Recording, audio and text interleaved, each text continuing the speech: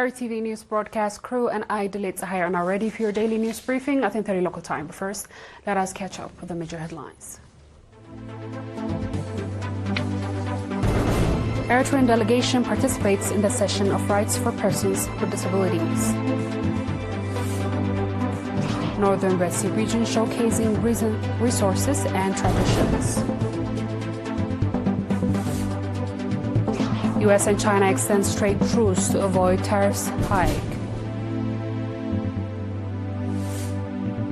And Australia to recognize Palestinian state in September.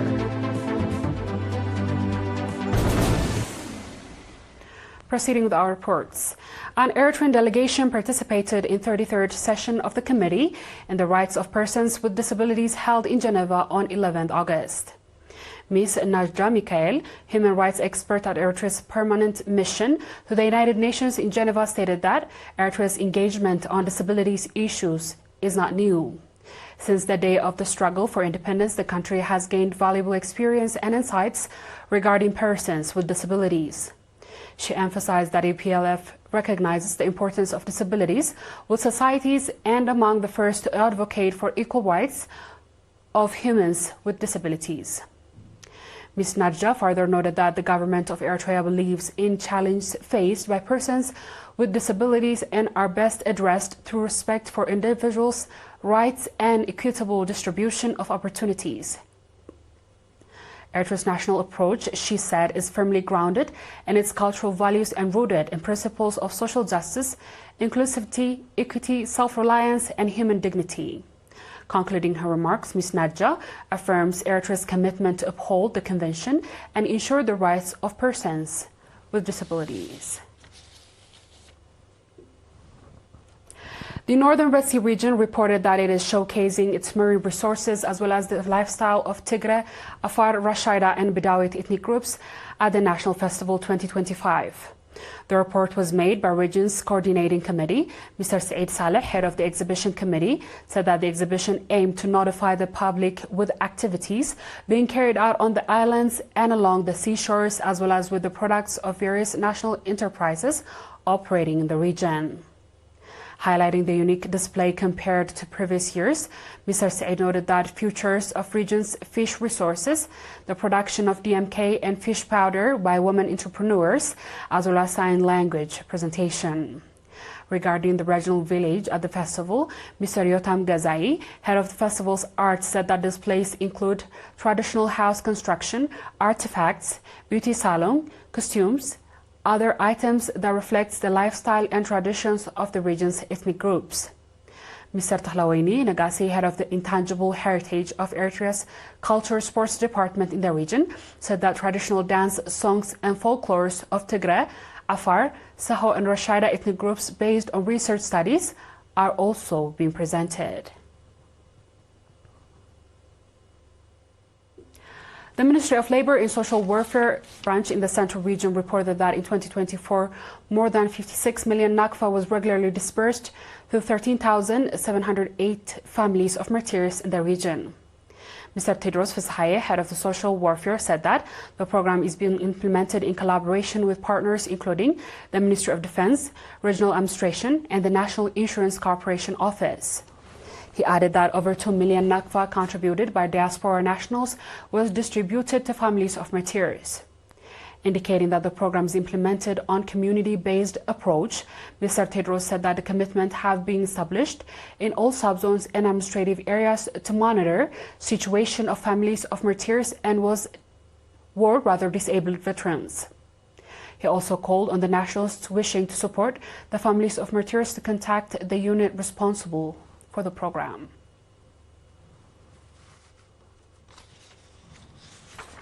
Tour de France 2024 green jersey winner and Olympic cyclist Binyam Girmay has been appointed as the United Nations Development Programme National Goodwill Ambassador in ceremony held in the Central Office at the National Confederation of Eritrean Workers. Speaking at the event, Ambassador Zamed Khala, Commissioner of Culture and Sports, said that victories are being achieved the sports sector and the result of substantial investment made in the sports sector. He further stated that participation of Eritrean athletes in the regional and international arenas not only presents Eritrea, but also highlights country's meaningful engagement with various societies and cultures, as well as contribution to achieving the Sustainable Development Goals.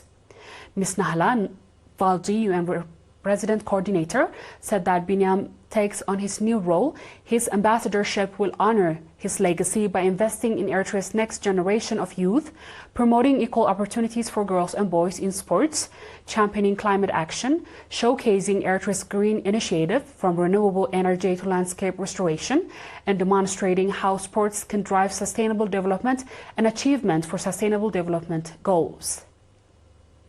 Mr. Parlamin Bai, UNDP representative in Eritrea, stated that honorary ambassador Binyam will bear responsibility to addressing issues related to sustainable development, environmental protection, and achievements at both regional and global levels. Binyam, for his part, noted that the honor bestowed upon him represents the collective vision of people and government of Eritrea. He expressed his commitment to exerting maximum effort to fulfill the responsibility entrusted to him. Straight ahead is our international news after the short break.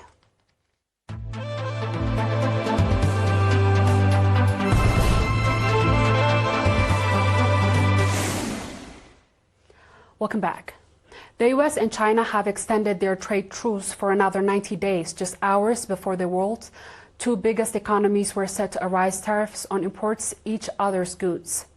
On Monday, US President Donald Trump signed an executive order to keep this pause in place until 10 November, while Beijing also announces an extension. It means US will hold its levy on China imports 30%, while China will keep a 10% tariff on American goods. Washington has threatened trade taxes as high as 145% on Chinese products earlier this year, with Beijing hitting back with 125% duties on US shipments. The rate for both countries were scaled back after a round of trade talks held in Geneva in May. The latest extension will give more time for further negotiation about remedying trade imbalance and unfair trade practices, the White House said. The talks will also aim to increase access for the US imports to China to address national security and economic issues, the statement said. On our last news, Australia will recognize a Palestinian state at the UN General Assembly in September, following similar move by the UK, France and Canada, Prime Minister Anthony Albanese has said.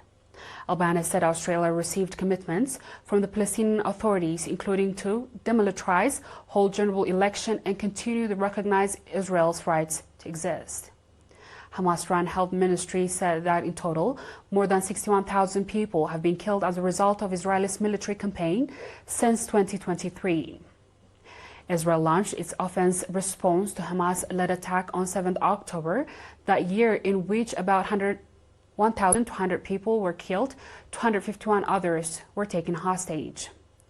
Albanese said in a decision was made after his government received commitments from Palestinian authorities President Mahmoud Abbas that Hamas would play no role in any future states. The move also came after conversations on his counterpart in UK, France and New Zealand and Japan over the past fortnight, Albanese said. Last Sunday, pro-Palestinian protesters drew tens of thousands of supporters who walked across Sydney Harbour Bridge a day after court ruling allowed the demonstration to happen. Dear viewers, we've come to the end of tonight's news. Let's have a quick recap of the headlines.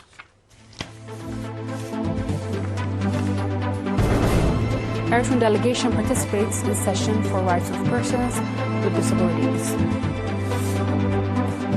Northern Red Sea region showcasing resources and traditions.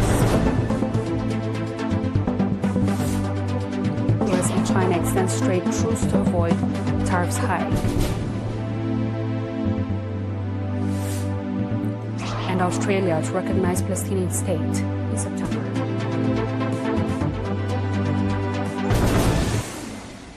That wraps up our stories for tonight. Thanks for joining us.